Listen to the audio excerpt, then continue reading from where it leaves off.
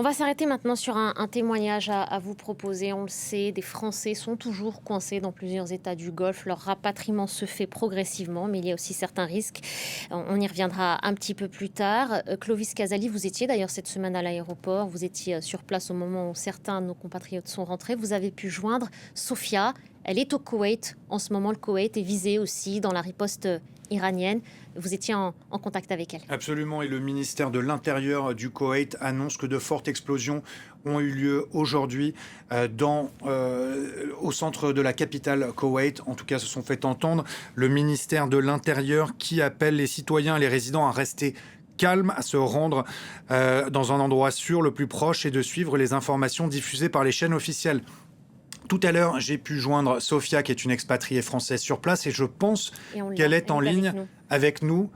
Sophia, merci de prendre le temps d'être avec nous aujourd'hui. Je sais que c'est une journée très compliquée pour vous et surtout, ces derniers jours ont été compliqués parce qu'on s'est parlé régulièrement. Est-ce que déjà, vous pouvez me dire ce qu'il se passe actuellement au Koweït et votre situation? Oui, bonsoir. Merci Clovis. La situation est vraiment pas évidente. D'abord, je tiens juste à saluer l'effort de l'armée koweïtienne et la défense aérienne qui a été vraiment incroyable et qui nous a protégés pendant ces 6 derniers jours d'intenses frappes. Samedi dernier, des frappes très intenses ont commencé à se faire entendre dans tout le pays. Des signaux d'alerte ont retenti pendant toute la journée et toute la nuit. Et hier soir, il y a eu des frappes très très importantes. C'est très difficile à vivre. Toute la nuit, c'est vraiment impossible de pouvoir dormir ou de pouvoir se calmer avec l'intensité des frappes. Et quelles consignes vous sont données, Sophia? Est-ce qu'on vous demande de rester confiné chez vous? Est-ce que vous pouvez sortir par moment? Alors, le gouvernement koweïtien a vraiment fait preuve d'une incroyable préparation. Ils ont été vraiment méthodiques et ont fait preuve de vraiment un calme et un sang-froid assez impressionnant. Il n'y a eu aucune panique. On a vraiment eu des indications très claires. Restez chez vous, confinez-vous, ne sortez pas si ce n'est pas nécessaire. Mais il n'y a aucune panique. On explique qu'il faut juste rester calme et que les frappes seront détournées. Et d'ailleurs, ça a été le cas. Il y a une centaine de frappes qui ont été détournées. Donc on se sent à l'abri, mais en même temps, c'est vraiment très difficile de vivre le bruit constant des frappes, les fenêtres qui vibrent tout le temps. On se sent vraiment... on se sent protégé, mais en même temps, on sait que le danger est très proche. Et il y a une petite fille de 11 ans qui est morte cette semaine d'une chute de débris aussi. Absolument, Sophia, une jeune fille de 11 ans tuée, une expatriée. Est-ce que vous avez des contacts avec les autres Français au Koweït ou avec les autres communautés expatriées? Est-ce qu'il y a un sentiment de solidarité qui se dégage de cette situation très compliquée pour tout le monde? Absolument. Déjà, l'ambassade de France a fait un effort pour que les ressentissants se sentent un peu guidés dans toute cette cacophonie. Ça a été assez compliqué au début, mais on a reçu des directives assez claires de la part de l'ambassade de France qui nous a expliqué de vraiment rester calme, de rester confiné, de ne pas essayer de quitter par voie terrestre comme il y a une grande partie des expatriés qui ont essayé de quitter le pays par voie terrestre jusqu'en Arabie Saoudite. C'est des consignes qui n'ont pas été données par l'ambassade de France. On nous a dit de rester chez nous. On s'est parlé les derniers jours. La... Oui, pardon. Excusez-moi, terminer, Sophia, bien évidemment.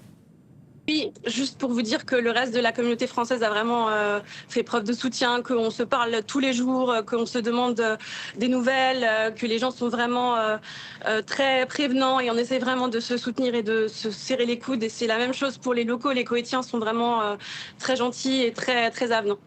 Et Sophia, je sais que vous êtes posé la question de rester ou de partir. Et ces derniers jours, vous y avez énormément réfléchi, notamment la nuit. Qu'est-ce que vous voulez faire maintenant et qu'est-ce qui vous pousse à prendre cette décision? Alors, je souhaite vraiment que la France et le gouvernement français puissent organiser très rapidement un rapatriement de la communauté française. Il faut savoir qu'on est beaucoup de personnes ici à attendre des nouvelles du gouvernement français à ce sujet-là. Moi, je suis prête à être rapatriée parce que ce ne sont pas des conditions dans lesquelles je peux vivre. Vous pouvez le voir, hein, je suis en état de stress. C'est assez compliqué de se gérer émotionnellement. Mais on essaye vraiment de rester calme. C'est pour ça que j'espère vraiment que le gouvernement français va vraiment prendre nos demandes au sérieux et organiser au plus vite notre rapatriement. Sophia, vous disiez il y a quelques instants que vous étiez en contact avec l'ambassade de France. Déjà, est-ce que ça se fait au quotidien, plusieurs fois par jour? Et on sait qu'une priorité avait été donnée aux populations les plus vulnérables pour ces rapatriements. Qu'est-ce qu'on vous répond quand vous faites la demande express de pouvoir regagner le territoire français? Pas pour l'instant. C'est pas quelque chose qui va être fait. En tout cas, pour l'instant, c'est compliqué déjà d'avoir l'ambassade au téléphone. C'est très souvent occupé. Moi, j'ai réussi à les avoir une fois. Après, ils sont vraiment géniaux. Ils essaient de nous donner les meilleures directives et de nous calmer au mieux.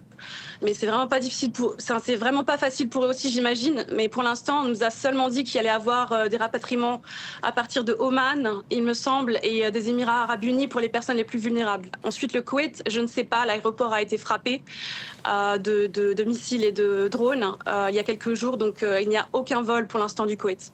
Sophia, juste en quelques mots, parce qu'on n'a plus le temps. Je sais que vous vivez au Koweït depuis assez longtemps maintenant, plusieurs mois, plus d'1 an en tout cas. Est-ce que vous imaginiez un 5 jour ans. vivre cette situation au Koweït et dans la région? C'est pas facile. Ça fait 5 ans que je vis ici. On a vraiment nourri des rêves. On a fait des magnifiques rencontres. On n'est pas venu ici pour faire du bling bling. On est venu ici parce qu'on veut construire des choses, on veut entreprendre. Et on a vraiment des espoirs de créer quelque chose pour notre vie à l'étranger sans s'imaginer qu'un tel conflit ou qu'une telle situation soit possible. Et je veux aussi rappeler aux personnes qui sont parfois dans la critique d'individus comme moi, des citoyens français qui veulent partir. Merci à vous. Ça peut arriver à tout le monde. Merci beaucoup, Voilà. Sophia. En tout cas, merci à Clovis merci aussi à d'avoir vous, établi le merci contact. Faites de attention m'avoir à vous. entendu. Merci, prenez soin de vous. Merci beaucoup. Merci Sophia. Merci. C'est la fin de ce journal. Merci Merci. à vous de l'avoir suivi.